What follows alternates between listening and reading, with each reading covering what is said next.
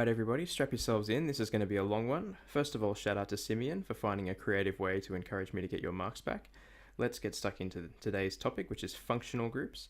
Now we have already talked about functional groups, but we need to go into a lot more detail on them today. Today's video will be the last one that goes through more background information. Everything from here will be much more mapped out to dot points in the syllabus and therefore easier to follow for study notes purposes. So let's get stuck in. The key idea about functional groups is a functional group is any part of an organic molecule that changes the behavior of the molecule either physically or chemically in some way. So usually it'll be responsible for a particular property or characteristic that affects the molecule, and functional groups will have the same kinds of effects no matter what molecule they're in. So once we see the different types of functional groups, I'll tell you about one now, the carboxylic acid functional group. The carboxylic acid functional group has the same sorts of effects no matter what molecule it's put on, whether that molecule is big or small or fat or full of other things. Usually the overall effect of the carboxylic acid functional group will be the same.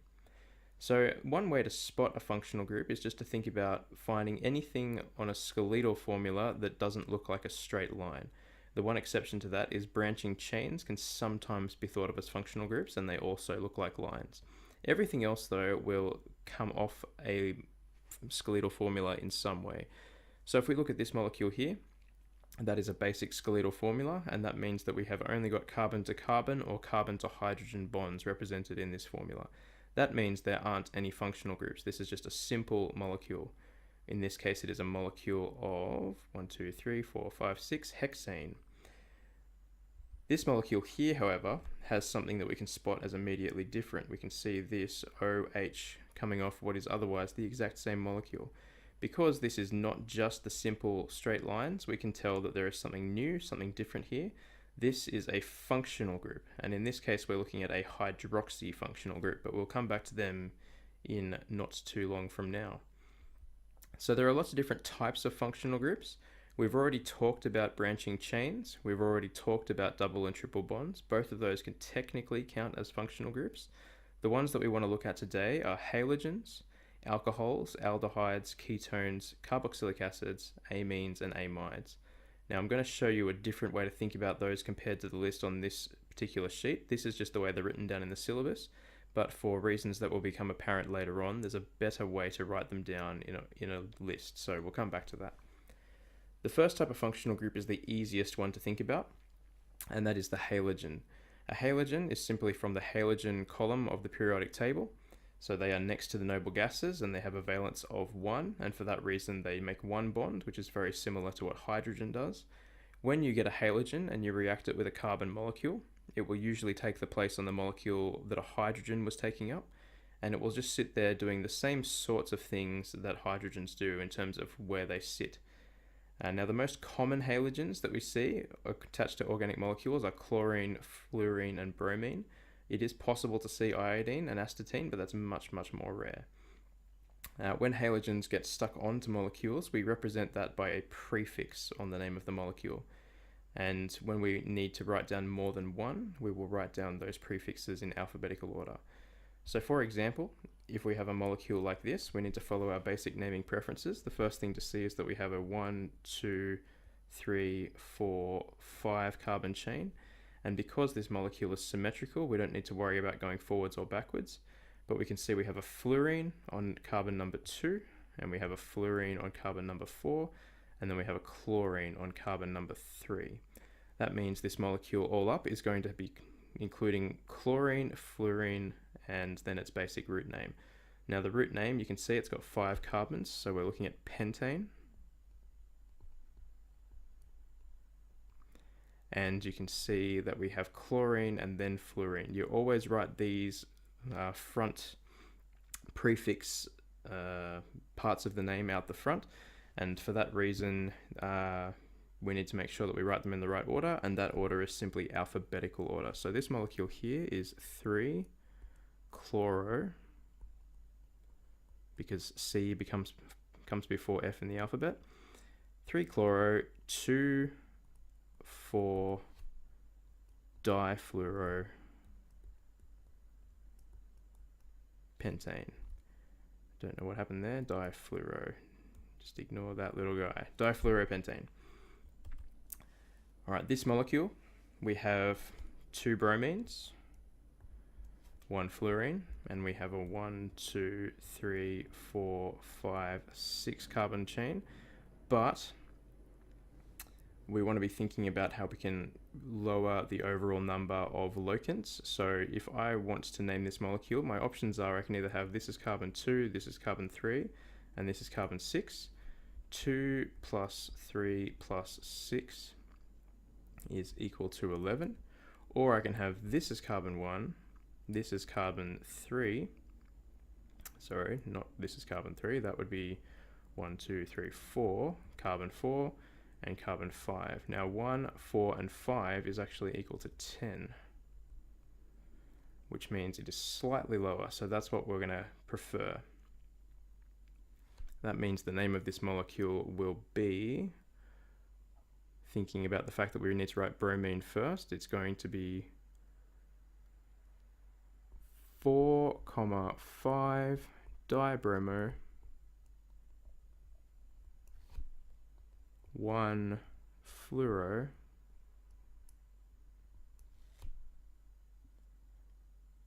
hexane, because we have 6 carbons. I don't know why when I write a letter U that strange line pops up, but we'll move on. So for simple functional groups whose presence in a molecule is named by a prefix, we just need to make sure that they are first of all written in alphabetical order in terms of how they come out the front, but we want to make sure that we keep the lowest overall number of locants. So for example, on this molecule here, I've got a 1, 2, 3, 4, 5, 6, 7 main carbon chain, and then I have 4 substituent groups. I've got an ethyl group here, a methyl group here, a chloro group here, and a bromo group here. Now, because I've got locants mostly over on this side of the chain, I'm likely going to want to make this carbon 2, this carbon 3, this carbon 4, and this carbon 5. That will allow me to have the overall lowest number of locants. And then when I want to write down the name of this molecule, bromo comes before chloro, so it'll be 2 bromo, 3 chloro, and then ethyl comes before methyl, so it is 4 ethyl, 5 methyl, heptane, because there's 7 carbons in the chain. So if you only have these simple prefix-based functional groups, they don't outcompete each other for numbering based on what group they are. You simply base it on the overall lowest number of locants that you can get at. It's only when you add a functional group that takes a higher priority that the numbering system gets messed up, which is what we're going to be looking at a lot of in the rest of this video. Now, many functional groups don't go on the front as a prefix, but actually they're so important to the overall chemical properties of that molecule that they actually dominate the naming and they become a suffix. When a molecule has a functional group that turns it into a different molecule based on the suffix, that is more likely to dominate the numbering. Now, one example of a suffix that we've already looked at would be the example of what happens with double bonds. If you have a double bond, you end up with the suffix ene, E-N-E, and that means that you are now going to base your numbering around that part of the molecule. So even if I had 4 or 5 chlorines all at what I would like to call number 1, and then I have over on carbon number 8, for example, a double bond, that double bond is still going to dominate the numbering. So for example, if I have a simple molecule like this, if I have a chlorine and a bromine, and let's go for an iodine, but then the double bond is over here, this is going to be where I start my numbering. That is going to give me the ene suffix. And for that reason, I'm going to number from there. So not that I'm going to bother going through all that right now, but that will be a molecule that's something along the lines of 6 bromo, 5 chloro, 7 iodo, hept 1 ene, or something along those lines. You can tell me if I'm wrong because I'm just winging that one right there. So the important thing is, if you have a functional group that has an important impact on the properties of the organic molecule, that is going to be in the name, and that is going to be reflected usually in a suffix. And if the suffix is there, that is going to be the basis of your locant numbering. Now, if you have two or more of these functional groups that would normally like to be a suffix, the one that is most important is going to dominate numbering.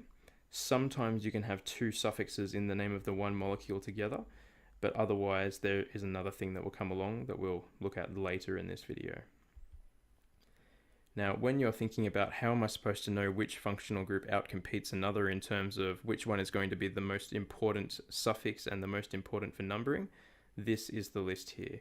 So the most important from all the functional groups in our syllabus that we're going to be looking at, number 1 is carboxylic acid. So if you see a carboxylic acid, that is going to trump the numbering over anything else. The next one down is amide. If you don't have a carboxylic acid, then the amide will dominate. If you don't have an amide or a carboxylic acid, then you go aldehyde, and then ketone, and then alcohol, and then amine, and then below that is double or triple bond. So if any one of these functional groups is present in a molecule, it will dominate as a suffix and it will dominate the numbering. If more than one of these is present, then there's another rule we will look at the end. So let's look at our first type of functional group that is going to be part of this syllabus and part of how we think about this video. This functional group here is the carboxylic acid functional group. Now the key thing about a carboxylic acid is it's going to be a carbon at the end of a chain. I can represent any other part of the chain as the letter R. If you ever see the letter R, it just means basically rest of molecule. Alright, that means it can be a hydrogen, it could be an ethyl group, it could be a methyl group, it could be anything. It's just something. Writing and typing at the same time is difficult. Okay, so this functional group here is carboxylic acid. For a carboxylic acid to be a carboxylic acid, it needs to contain all of this. It needs to have a carbon double bonded to an oxygen and then bonded to another single hydroxyl group. Now, this little functional group here is called a carbonyl. And this functional group here is called a hydroxy. So in order to have a carboxylic acid, you need a carbonyl and a hydroxy both attached to the same carbon. And when we write these down in structural formulas, you will see them written down as COOH, just to make it clear that that carbon is bonded to the oxygen in a double bond and then a single bond to the hydroxy. When you have these functional groups present on a molecule, you'll notice they always have to be at the end, because this carbon here has already had 3 of its 4 possible bonds taken up, 2 by the carbonyl and then 1 by the hydroxy, which means there's only 1 more bond it can make, and that means it has to be at the end of a chain. Now it has to take up the end of the chain, therefore it's always usually going to be numbered 1 on a molecule, and the suffix that I add to talk about this particular carboxylic acid is oic acid. So whenever you see oic acid, that means you're dealing with this carboxylic acid functional group. So let's practice naming one. As you can see, even though I've got a chlorine and a methyl group on this molecule, they are going to take a back seat in the numbering because I have this carboxylic acid functional group. And just a small thing too, if you sometimes see carboxylic acids, the OH are usually not separated by a dash like they are on this diagram. They look more like this. That is also a carboxylic acid. Nonetheless, let's look at this guy. I have carbon number 1 here, and then I have 2, 3, 4, 5, 6. So chloro comes before methyl. So it is a 5-chloro. Sorry about these weird lines that keep popping up. 5-chloro, 4-methyl. And then it is hex because we have 6 carbons in the chain. So hex.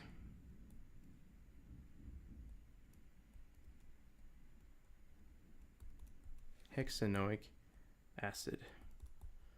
Now I don't need to bother calling it hexane 1-oic acid, it's just implied by the name.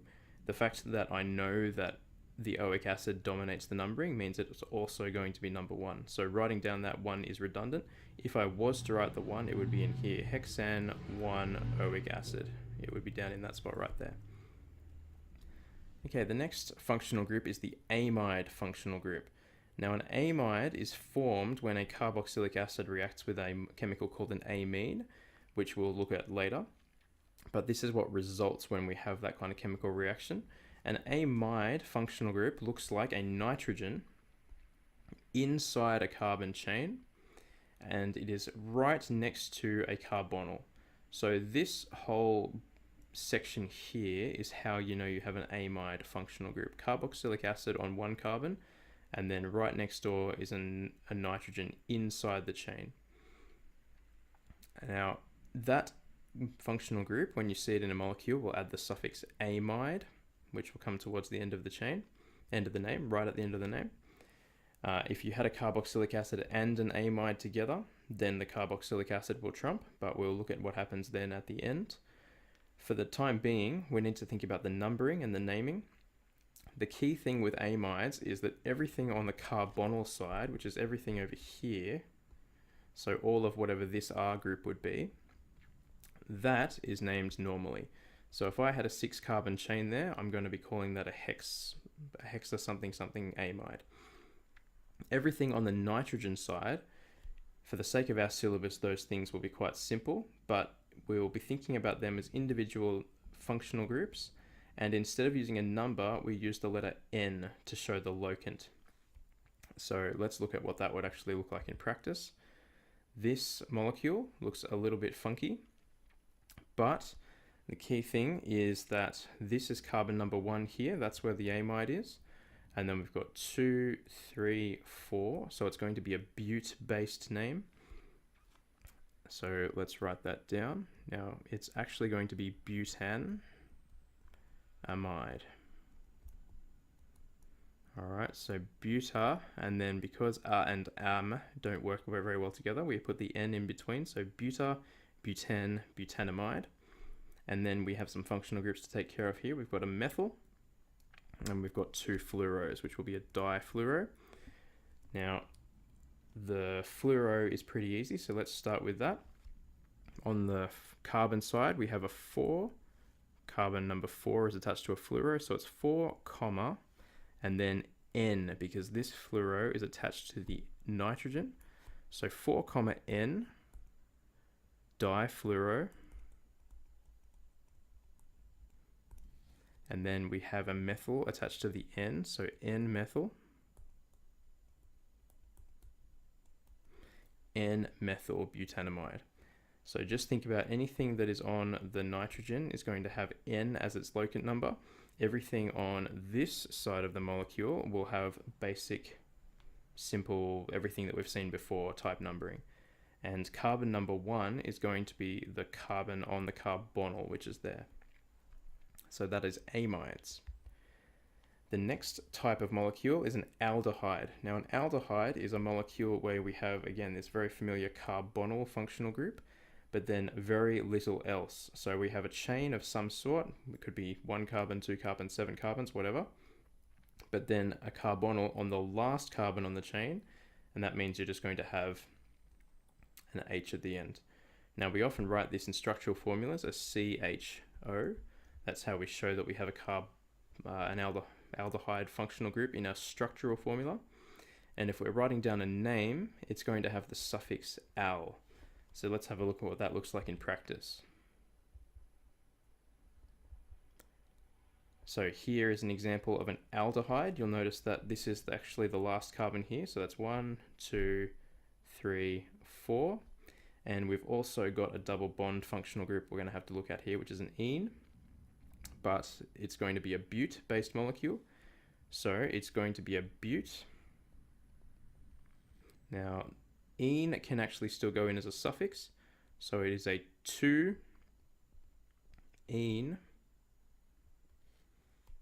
al.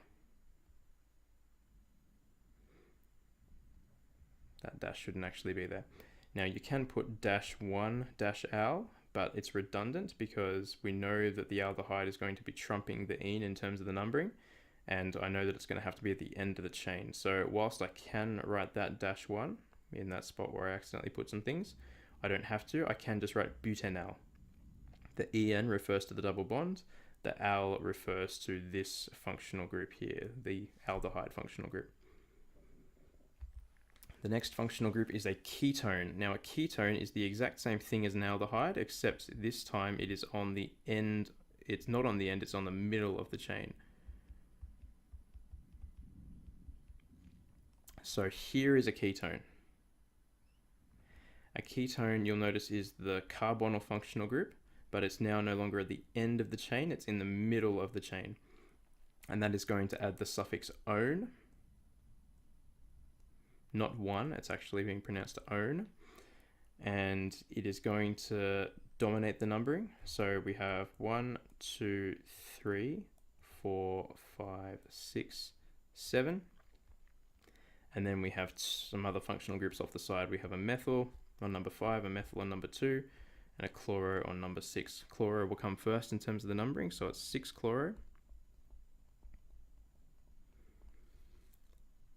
2, 5 dimethyl.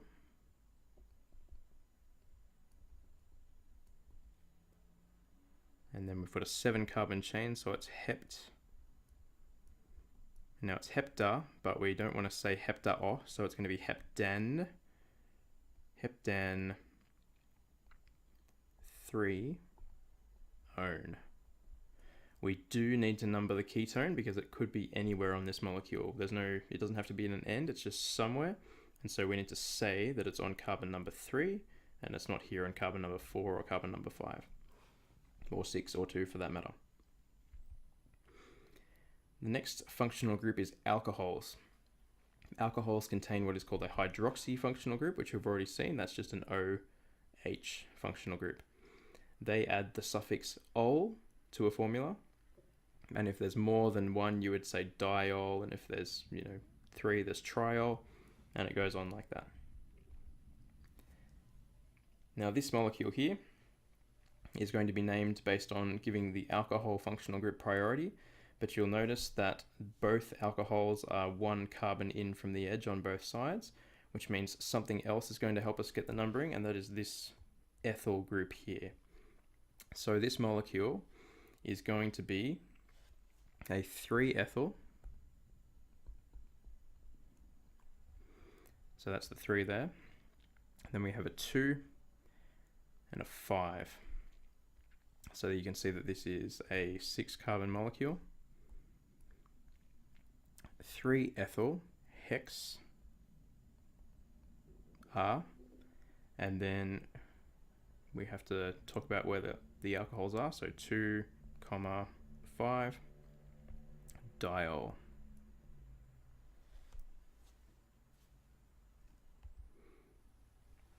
The next functional group is amine, and amines, as you can imagine, add the suffix amine. The key thing about amines is they are a nitrogen somewhere in a carbon chain. Now you can see we've got these 3 R groups here. Those R's can be anything. They can be more carbons, or they can be hydrogens. So usually at least one of them will be attached to the carbon chain, but the other 2 can be the hydrogens or more carbon chain. Now the key difference between amines and amides is that an amine is just a nitrogen by itself, whereas an amide has the double bond O carbonyl next door. So make sure you don't get them confused. Amine and amide are different, very different. Now, if the amine is not at the end of a molecule, we can use the same rule as before with the amide to use the letter N to mark off the fact that the locant for a small substituted group is on the actual nitrogen, which we'll look at in just a second. If the amine is at the central part of a complicated molecule, we need to use a different numbering scheme, which I'll show you, but I don't expect you to learn because it's way too complicated. Alright, so let's see this in action. This is an amine here, and it might look a little bit complicated to start off with, but this one is actually quite simple. You can see that we have the amine functional group, so that's going to be where our numbering starts, but we're not numbering the amine itself. The first carbon is actually this one here. So that's carbon number 1, then we have 2, 3, 4, 5. So this is going to be a penta-based molecule. And then we can see we have a lot of methyl functional groups. We actually have 4 in total. So in order to figure out how to name this, we have 3, 5, N, comma, N tetramethyl.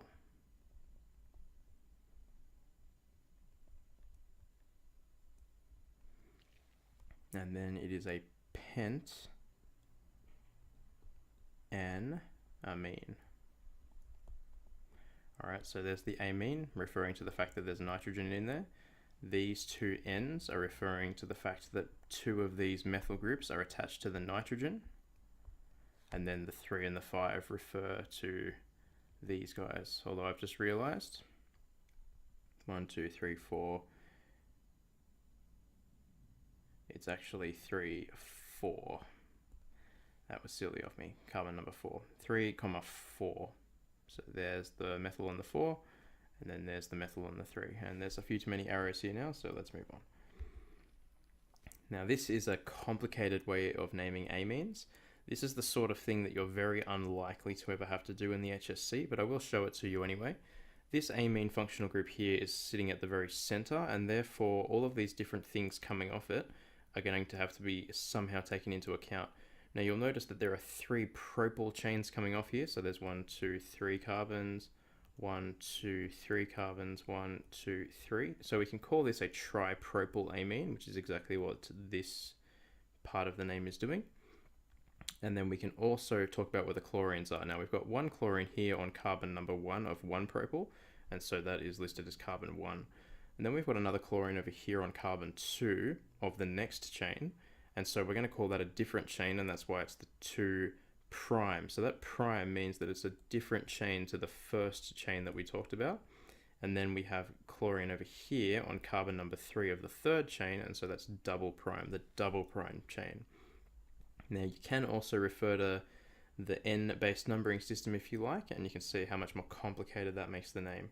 So there's different options. You can use N if it's simple, you can use the prime system if it's complicated, but all of that is very likely outside the scope of our syllabus. I'm only showing you that to help you to understand that it is a thing that exists, but you're probably not going to have to do yourself.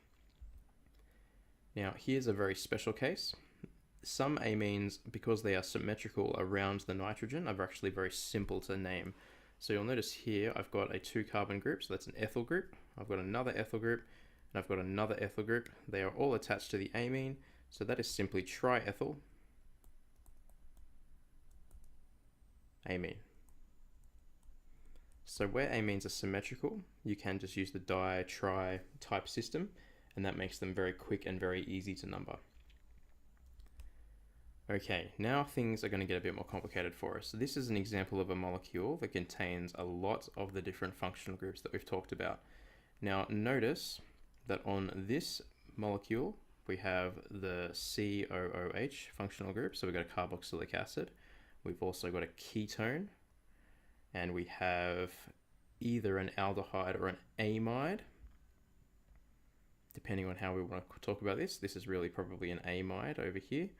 And then we also have an alcohol. Now, when we have all of these different elements present on a molecule together, we need to figure out, first of all, which one is going to take precedence. And then, because the suffix has been dominated by what will end up being the most dominant, which is the functional group, in this case, the carbonyl, all of the others are actually going to have to revert to becoming a prefix. So if I have to turn one of these functional groups into a prefix, the name changes. So for example, I don't have an amide over here anymore. I have an aminoxy group. Over here, I don't have an alcohol. I have a hydroxy. Ketone becomes oxo. So this molecule, as best as I can wrap my head around it, we need to go alphabetical order based off this carbon here being carbon number 1. So carbon 1, 2, 3, 4, 5. We have, and take this with a grain of salt because it's way more complicated than anything you're going to actually have to do. We have the first thing will be the aminoxy, so 5 aminoxy.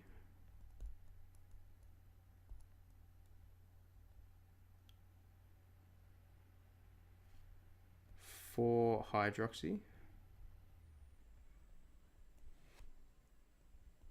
3 oxo, pentanoic acid.